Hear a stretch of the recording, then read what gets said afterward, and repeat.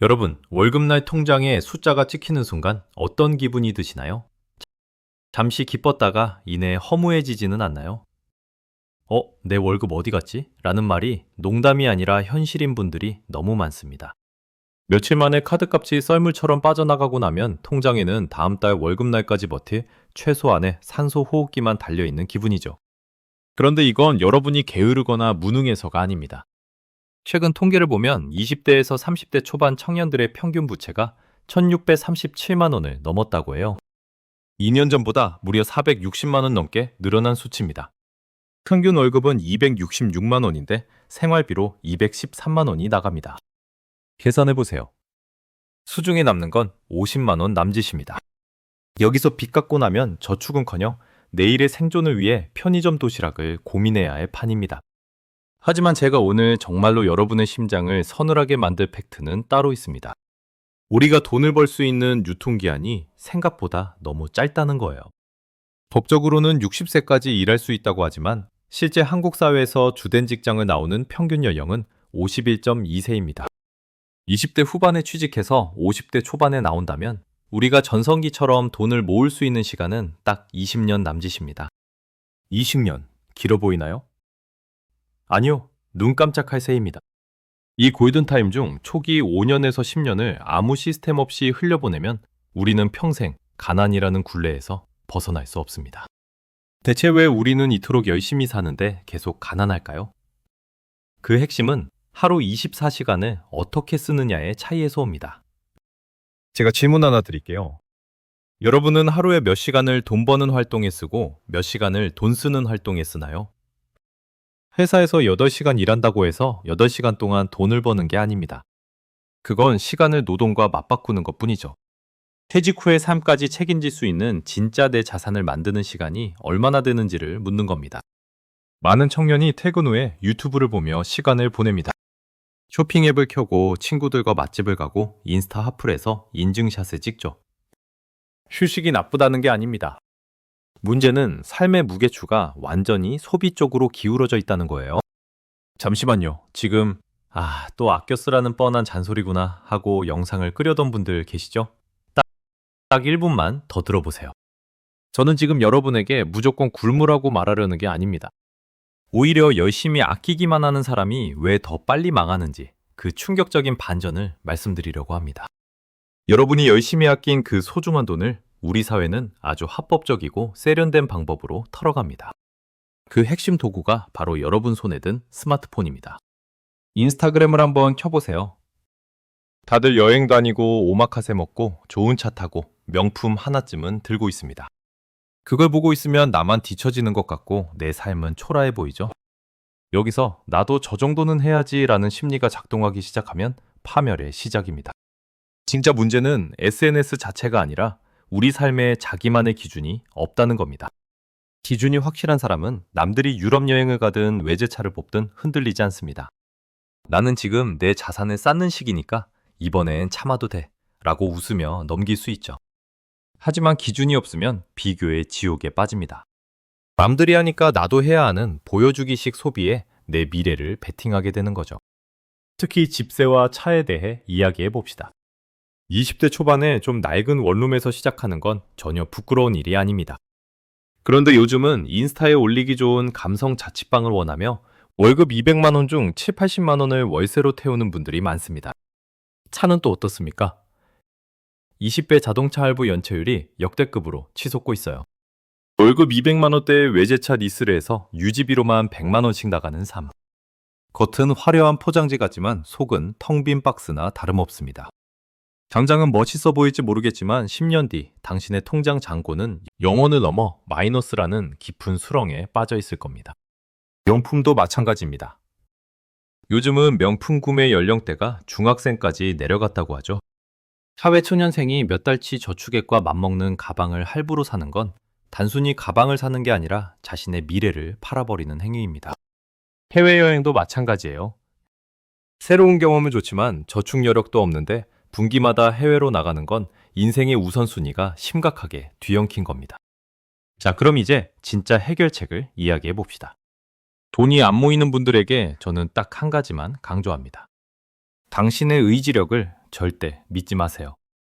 여러분, 혹시 다이어트 결심했다가 야식 앞에서 무너진 적 없으신가요? 돈도 똑같습니다. 이번 달엔 진짜 아껴야지 결심해도 갑자기 친구 결혼식이 생기고 스마트폰이 고장나고 스트레스 받아서 나도 모르게 결제 버튼을 누르는 게 인간입니다. 여러분이 독하지 않아서 실패하는 게 아니라 의지력을 쓸 필요가 없는 시스템이 없어서 실패하는 겁니다. 성공한 부자들은 의지력이 강철 같은 사람들이 아니라 유혹에 빠질 틈을 주지 않는 시스템을 만든 프로그래머들입니다. 월급이 들어오자마자 자동으로 돈이 빠져나가는 구조를 만드세요. 200만 원을 벌면 최소 50만 원, 가능하다면 100만 원은 내 손을 거치지도 않고 바로 저축통장이나 투자 계좌로 강제 이송되게 만들어야 합니다. 많은 사람이 일단 쓰고 남는 걸 저축하겠다고 말합니다.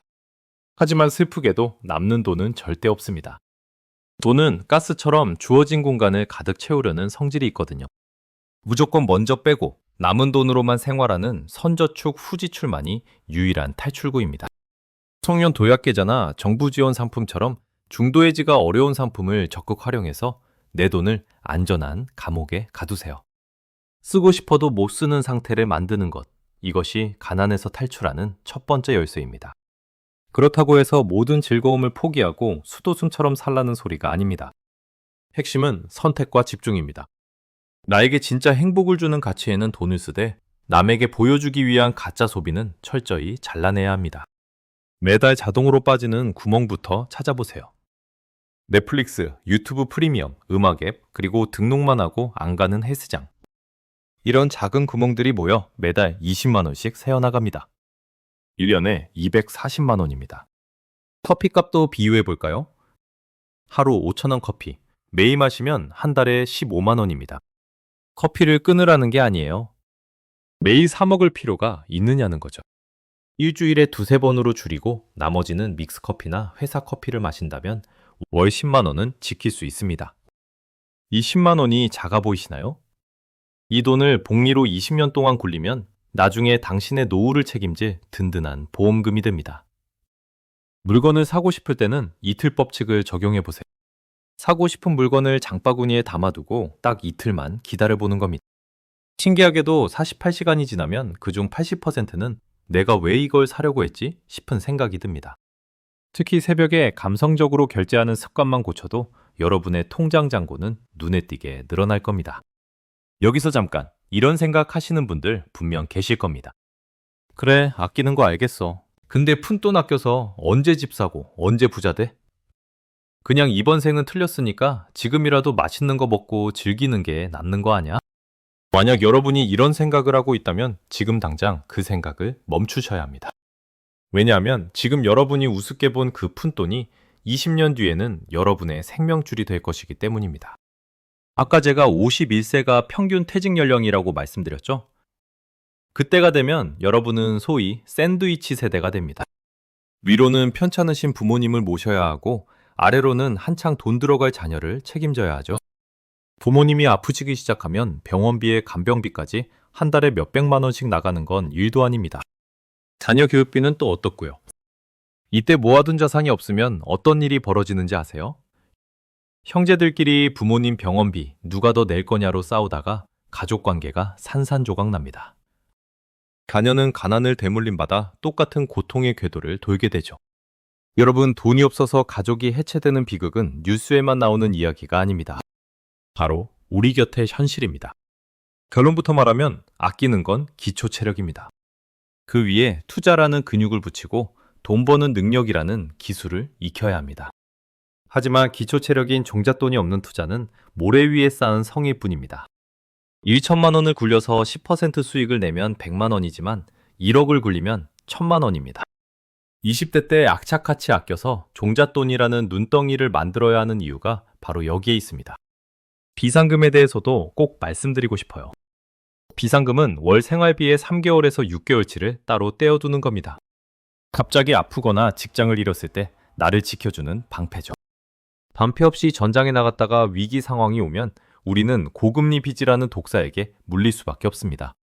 빚은 이자가 붙으니까 눈덩이처럼 불어나고 한 번 빠지면 나오기 힘든 늪이 됩니다. 돈 공부는 영상만 보지 말고 반드시 책으로 하세요. 유튜브의 단편적인 지식은 자극적이지만 깊이가 없습니다. 검증된 재테크 서적들을 읽으며 돈의 속성을 이해해야 합니다. 기초가 탄탄해야 좋은 기회와 사기꾼의 유혹을 구분할 수 있는 눈이 생깁니다. 마지막으로 가장 중요한 것은 돈 버는 엔진을 키우는 겁니다. 20대는 실패 비용이 가장 저렴한 골든타임입니다. 다양한 시도를 해보세요. 아르바이트도 좋고 인턴도 좋고 작은 부업도 좋습니다. 내가 어떤 일을 할 때 가장 몰입하는지, 어떤 가치를 세상에 제공할 수 있는지 몸으로 부딪히며 찾아야 합니다. 단순히 시간을 팔아서 돈을 버는 일보다는 내 실력이 쌓일수록 몸값이 올라가는 일을 선택해야 합니다. 만나는 사람도 의식적으로 바꿔보세요. 매일 모이면 쇼핑 얘기, 가십거리, 남 흉만 보는 사람들과 시간을 보내면 당신의 영혼도 그 자리에 멈춥니다. 자산을 모으고 싶다면 성장에 관심 있는 사람들, 더 나은 미래를 위해 치열하게 고민하는 사람들 곁으로 가세요. 주변인 5명의 평균 소득이 곧 당신의 소득이라는 말은 차가운 진실입니다. 이제 이야기를 마무리해 보겠습니다. 20대의 선택이 40대의 통장을 결정합니다. 오늘 참은 커피 한 잔, 오늘 취소한 배달 음식, 오늘 장바구니에서 삭제한 옷 한 벌. 이 작은 승리들이 모여서 나중에 여러분의 든든한 집이 되고 여러분의 소중한 자유가 됩니다. 반대로 오늘 무분별하게 쓴 돈들이 모여서 나중에 빚이라는 족쇄가 되고 견디기 힘든 스트레스가 될 수도 있습니다. 시작은 아주 작아도 좋습니다. 이번 달부터 딱 10만 원만 먼저 빼놓고 생활해보세요. 그게 익숙해지면 조금씩 금액을 늘려가는 겁니다. 1년 뒤에 통장을 열어보면 분명히 이전과는 다른 공기를 느끼실 겁니다. 완벽하지 않아도 됩니다. 방향만 맞으면 시간이 알아서 여러분을 목적지로 데려다 줄 겁니다. 여러분, 지금 몇 살이든 결코 늦지 않았습니다. 지금 이 영상을 보고 있는 이 순간이 여러분 인생에서 가장 빠른 때입니다. 오늘부터 시작하세요. 10년 뒤, 20년 뒤의 여러분이 오늘의 여러분에게 고맙다고 말할 수 있도록 말이죠. 오늘 영상이 여러분의 인생에 작은 불꽃이 되었기를 바랍니다. 여러분 모두는 충분히 해낼 수 있는 잠재력을 가지고 있습니다. 제가 진심을 다해 응원하겠습니다.